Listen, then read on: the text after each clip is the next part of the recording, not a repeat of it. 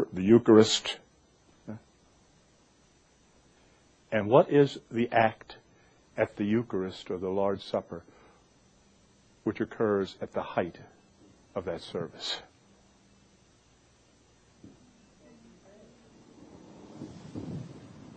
Right? Holds up the host. And what is the host? A bit of bread. Right?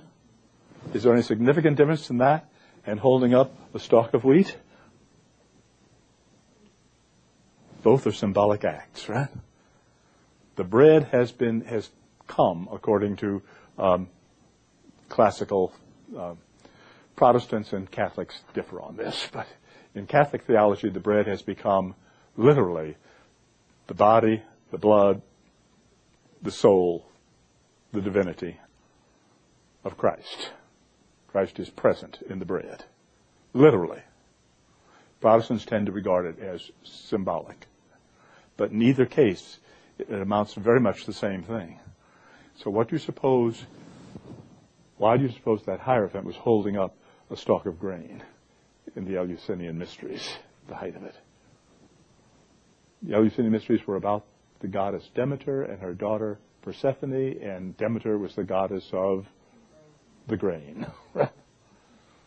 So who was present in that stalk of grain, which the Hierophant held up? Is that essentially different from the Christian Lord's Supper? I don't think so. But you've got symbolic objects of this kind. And finally, something was done in all of the mysteries, and what was done was the initiation itself. The initiation in the Eleusinian Mysteries lasted several days. The initiates to be, the initians, walked from Athens to Eleusis. They had ritual baths. They fasted. They prepared themselves. Then they went into the temple at Eleusis, and they watched a mystery play put on, at the height of which the Hierophant held up that stalk of grain. And then afterwards, they had a big feast, kind of celebration at the end of it.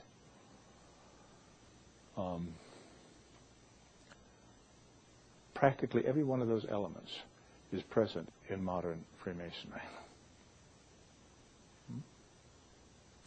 Now, there are things I can't say about Freemasonry, but there are things I can. How many of you have ever been inside a Masonic temple which was set up?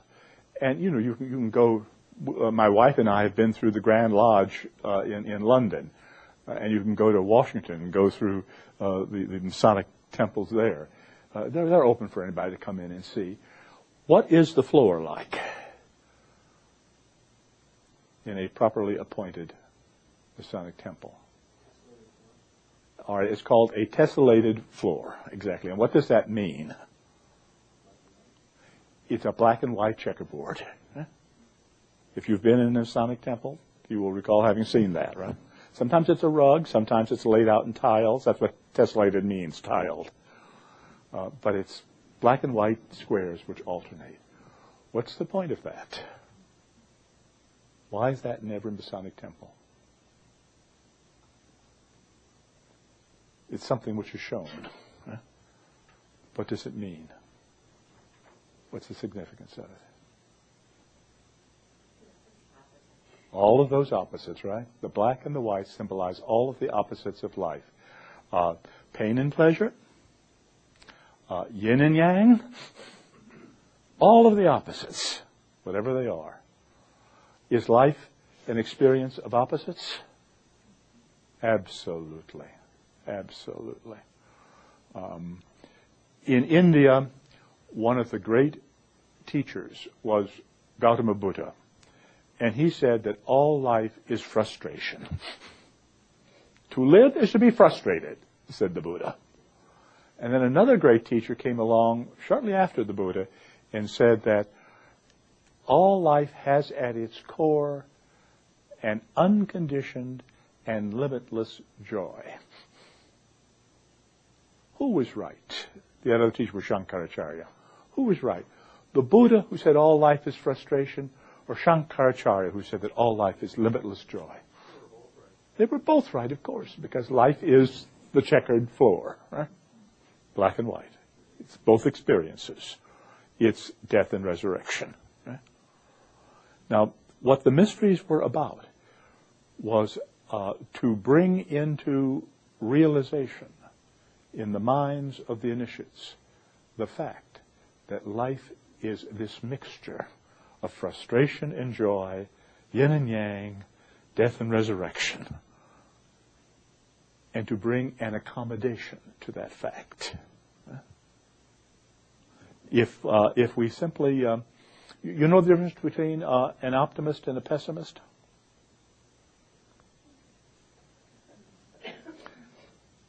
The optimist believes that this is the best of all possible worlds. And the pessimist is afraid that the optimist may be right.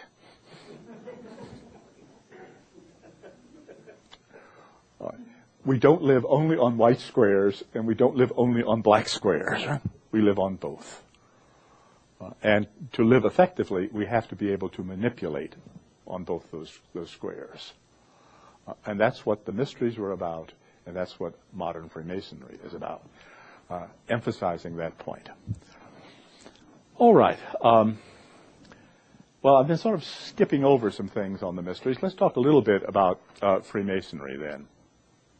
We don't know when the mysteries got started, but as I said, we know that the mysteries of Eleusis were practiced for well over a millennium, well over 1,000 years.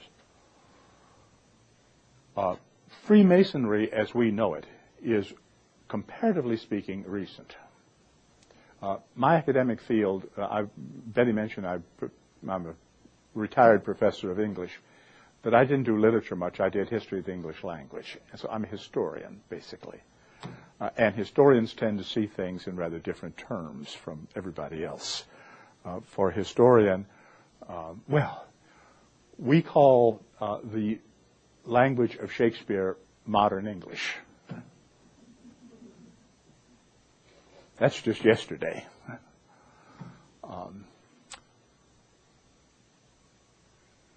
Freemasonry is just yesterday. It's more recent than Shakespeare. The exact origins of Freemasonry, like the exact origins of the ancient mysteries, are unknown. Nobody knows where Freemasonry came from or how it got started. There are guesses about it, guesses of varying probabilities. Now, throughout Freemasonry, there runs a kind of theme, and the theme is indicated by its name, masonry. It is a theme of building. And so some people say, well, Freemasonry got started because it grew out of the stonemasons who put up the great cathedrals of Europe. And that's the most popular theory for the origin of Freemasonry. And I think it, in fact, is basically right, although I think it's incomplete. There are other theories.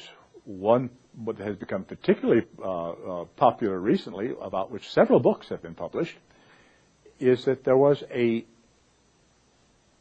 order of chivalry called the Knights Templar who were involved in the Crusades. They eventually stopped doing much fighting and began doing banking instead. And they became extremely successful bankers. And they accumulated a lot of money. They also had a lot of property because good people gave them property as an act of charitable giving. So finally, the King of France and the Pope in Rome both got concerned about the Knights Templar. The King in France particularly wanted to get his hands on some of that money. And the Pope was rather concerned because legends had grown up about the Knights Templar. They spent a long time in the Holy Land. They had gotten really quite chummy with the Saracens, the Muslims. And some of them were supposed to be magicians, some of those Saracens. And the Knights Templar got a bad reputation. So